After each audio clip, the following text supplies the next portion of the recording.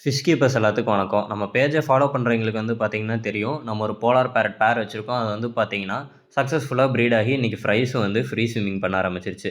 இதுக்கு வந்து பார்த்தீங்கன்னா, நம்ம ஃபர்ஸ்ட் டே ஃபீட் தரப்போறோம். அது என்னன்னு வந்து பார்த்தீங்கன்னா, ஆர்டீமியா டிகேப்.